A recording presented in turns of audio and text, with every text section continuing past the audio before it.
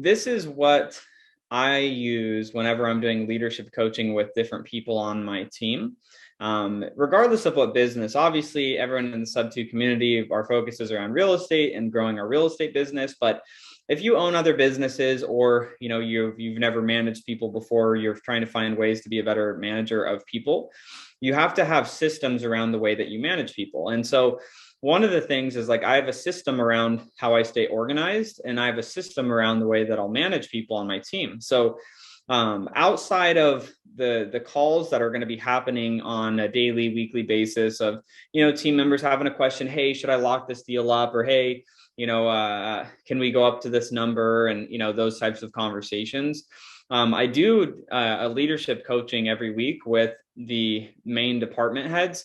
And you'll notice this is a 15-minute leadership coaching, because I would find myself, and if any of you have hired somebody before and you've done management or training or leadership types of, I wouldn't say training, because that's not what this is. This is leadership coaching. But if you've done leadership calls with your team members, raising my hand is guilty. If I set that I was going to spend 10 minutes on the phone, 45 minutes later, I get off a phone call and I'm like, why did I spend so much time on that phone call? That was not a good use of my time. So part of being a good leader is being able to be efficient with your time. And so this leadership strategy, the reason it's 15 minutes is I don't want to spend 30, 45 minutes on a call. It's just not a good use of time. If I'm doing a training, now that's different. I'll spend an hour doing training and development that's on a scheduled time with team members.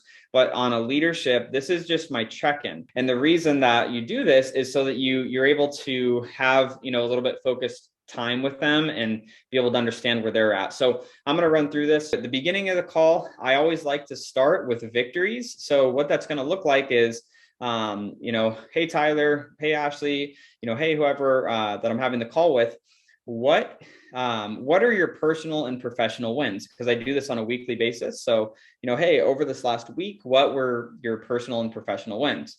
And I like to start the call like this because we can get some, if we're having challenges or they're having issues in their particular role, I like to start the call positively. So, what's your personal win? What's your professional win? And literally just, running right through that. I don't spend a lot of time. Obviously, it's spend 1 minute.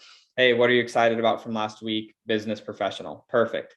Then we're looking at key metrics. Depending on who it is that you're having this conversation with is going to depend on what you're asking them. So if it's Tyler, how many new deals did we have this last week from the last time we talked? How many of those deals have we not assigned? Okay, so this is how many we got. This is how many we have or have not assigned from last week. How much revenue did we close out this last week in assignments? And how much did we assign that's like pending revenue? And that's really it. It's just metrics. There's no stories. This is important. When I'm asking for metrics, I'm not asking for the story. If you find yourself asking, a team member, how many calls did you make? And they say, well, this is what I was doing, and I'm like, that's not an answer to a number. Like data and metrics is you need a number answer to fill that, right? So how many contracts did we get? Well, you got to break through the story that they're going to tell you, and it's data, not drama. You want to know the data. So we got 1 contract, or we got 0 contracts, or we got 4 contracts. Those are the metrics you want. And when you first start doing this, it may take a little bit of time to get your, whoever you're doing this with, to get on board with this 15-minute thing, because they'll want to go on tangents, but you have to reel them back into the focus around this. You move to the next part, which is smart day, smart week. So I'll ask them, and smart day and smart week is a way to be organized. So I'll just ask them, hey, on a scale of 1 to 10, where do you feel like you're at with your smart day, smart week? Okay, you're at that number. What's going to make it a 10? And we're not going to get into a discussion around all of this drama of how it's going to get to a 10. It's just, I need to do X, Y, and Z, and then it would be a 10. Perfect. Then we're going to talk about our 90-day targets, just for a quick recap focus session around, okay, so in the next 90 days, we want to do, let's say, 8 contracts a month. Every month. In 3 months, we want to have, for this 90-day quarter, we want 24 contracts to close. So of those 24, where are we at? Are we on track? Are we not on track? And, just talking about that 90-day target just briefly and just keeping that as front of mind. A lot of this is what you guys are going to realize even more is it's not this magical stuff that you're doing in your business to manage people or to do leadership coaching.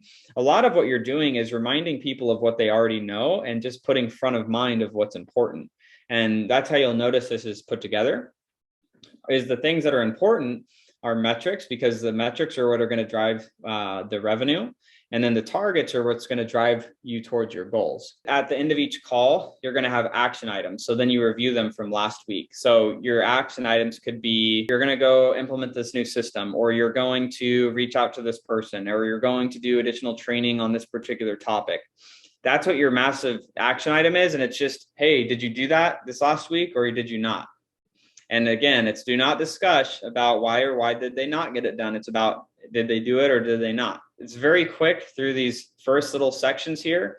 And then we're focusing on identifying where they're most stuck or discontent and working with them to develop their action items to correct and continue into this next week. We spent a minute talking, just briefly covering, did they accomplish what they were supposed to this last week or did they not? Then we're talking for, 9 minutes, where it's more of an in-depth discussion of, okay, what are the 3 to 5 action items that need to happen between today and the next time we have this call next week that need to happen so that we can move towards, again, our 90-day targets, and we can, make sure these metrics are getting better and better, right? So that's what it's all about. That's what leadership's about. Maybe you're watching this and you're like, I don't have a team. You can do this with yourself. You can go through this format with yourself and rate yourself and go through these leadership things. Because to be a great leader, you have to be a great leader of yourself. Because if you can't lead yourself, you're not going to be able to lead anybody else, right? So if you're able to do that, then you're going to be able to lead others a lot better, right? So final question is, what's your number one takeaway? So they set up 3 to 5 action items for themselves, but then they're identifying what's the number one takeaway I had from this call.